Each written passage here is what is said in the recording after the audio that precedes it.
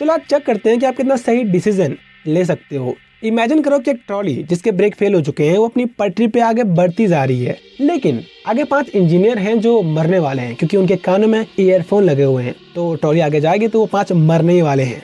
लेकिन आपके पास ऑप्शन है कि आप उस ट्रॉली को डाइवर्ट कर सकते हो दूसरी पटरी में जहाँ पे एक इंजीनियर है, सेम सिचुएशन, उसके भी कानों में ईयरबड लगा रखे हैं और काम कर रहा है। तो आपको क्या करना चाहिए? क्या उस ट्रॉली को डाइवर्ट करना चाहिए, उन 5 लोगों को बचाना चाहिए और एक को मारना चाहिए?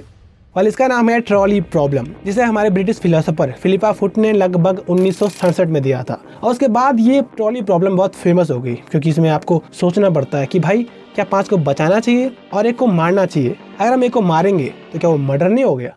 तो इस वीडियो में आज चलो डिस्कस करते हैं इन्हीं प्रॉब्लम्स के बारे में जो हमें सोचने पर मजबूर करती है कि कौन सा डिसीजन सही है और क्यों सही है और ये क्यों गलत है, क्योंकि एक डिसीजन गलत भी हो सकता है।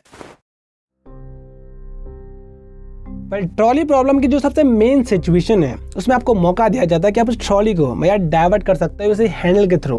तो आपको 5 लोगों को मारना है, मतलब मरने देना है, या फिर बचाना है, वो आपके ऊपर है। तो आप क्या करोगे? इसमें 2 व्यूज आते हैं। एक आता है भैया हमारी यूटिलिटेरियन व्यू, एक ऐसी मोरल थ्योरी जो ये बताती है कि हमें वर्ल्ड में भैया ज्यादा लोगों को खुश रखना चाहिए। अगर उसमें किसी की जान में चले जाए तो भाई बढ़िया है, मतलब मैक्सिमम लोग खुश हो रहे हैं। मैथ्स क्या कहती है कि भाई अगर 5 बच रहे हैं और एक मर रहा है तो टोटल 4 लोग बच रहे हैं भाई। यहाँ तो मरने थे 5, वहाँ एक मर रहा है तो 4 लोग फायदे में। लेकिन एक दूसरा व्यू है जिसे कहा जाता है डियोंटोलॉजी, एक ऐसी मोरल थ्योरी जो ये बताती है कि हमें किसी की जान नहीं लेनी चाहिए, चाहे वो कईयों को फायदा पहुंचा रही हो, क्योंकि हमारा कोई हक नहीं बनता है कि हम किसी की जान लें। अगर आपको ये मौका रियल लाइफ में दिया जाए तो आप क्या करोगे? टिक टिक 1, टिक टिक 2, टिक टिक 3। वेल मैक्सिमम लोग उस ट्रॉली को स्विच करना चाहेंगे क्योंकि 5 लोगों की जानें बच रही हैं एक को सेक्रीफाइस करके, तो 5 लोगों को बचाना और एक को गंवाना वर्थ इट है। मतलब मैथ्स के अकॉर्डिंग सब सही चल रहा है। लेकिन अब आता भैया ट्विस्ट। अब इस ट्रॉली प्रॉब्लम का जो नेक्स्ट वेरिएशन है वो बड़ा कमाल का है। यहाँ पे 2 हमारी वो पटरियां नहीं है, यहाँ पे एक ही पटरी है। वो 5 लोगों को ट्रॉली हिट करने वाली है, लेकिन वहाँ पर भैया एक मोटा इंसान खड़ा हुआ है। तो आपको इस समय इंटेंशनली उस मोटे इंसान को उसमें फेंकना है ताकि ट्रॉली रुके और वो 5 इंसान फिर से बच जाएं। लेकिन वो एक इंसान मर जाएगा। ये सिचुएशन थोड़ी सी डिफिकल्ट है क्योंकि इस बार आपको किसी जिंदा इंसान को भैया मारना है।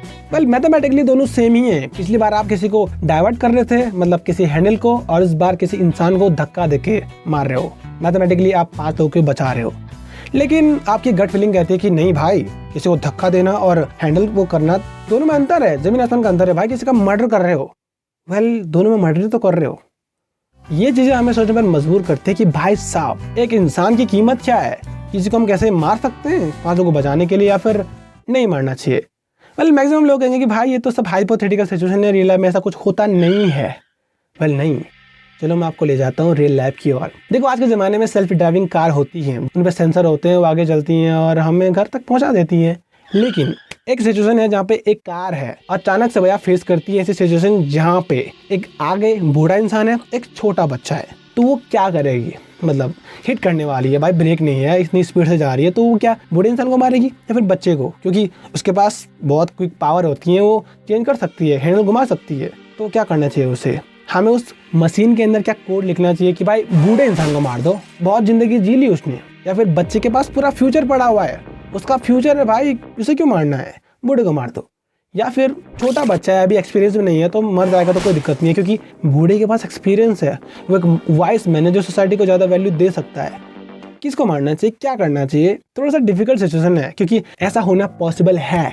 और हाँ, आप इन सिचुएशन में जो भी आंसर दे रहे हैं वो आपके कल्चर, आपके इन्वायरमेंट, आपकी थिंकिंग पे डिपेंड करता है कि आप कौन सा आंसर चूज करते हो। और आप सिर्फ यहाँ पे बैठ के ये आंसर चूज करते हो या फिर रियल लाइफ में भी वही करते हो, उसमें भी मतलब अंतर तो है। क्योंकि इस समय तो मैं बोल सकता हूँ कि भाई बूढ़े को मार दो क्योंकि बच्चा तो बच्चा है, किसी की आंखों का तारा है और उसका फ्यूचर ब्राइट है, सोसाइटी में काम करेगा, और बूढ़ा क्या है, मरने वाला है, मार दो। वेल ये सिचुएशन आगे जाती है और आगे जाने के बाद एक नई वेरिएशन आती है जिसे हम कहते हैं भैया चीफ मिनिस्टर का बेटा अगर किसी लड़की को मार दे या फिर रेप कर ले तो क्या उसके चीफ मिनिस्टर बाप को, जिसके अंडर पूरा स्टेट है, उसको बचाना चाहिए या फिर लॉ एंड ऑर्डर के अकॉर्डिंग पनिशमेंट देनी चाहिए? उस लड़की को भैया जस्टिस देना चाहिए। क्या लगता है आपको, क्या करना चाहिए उसको?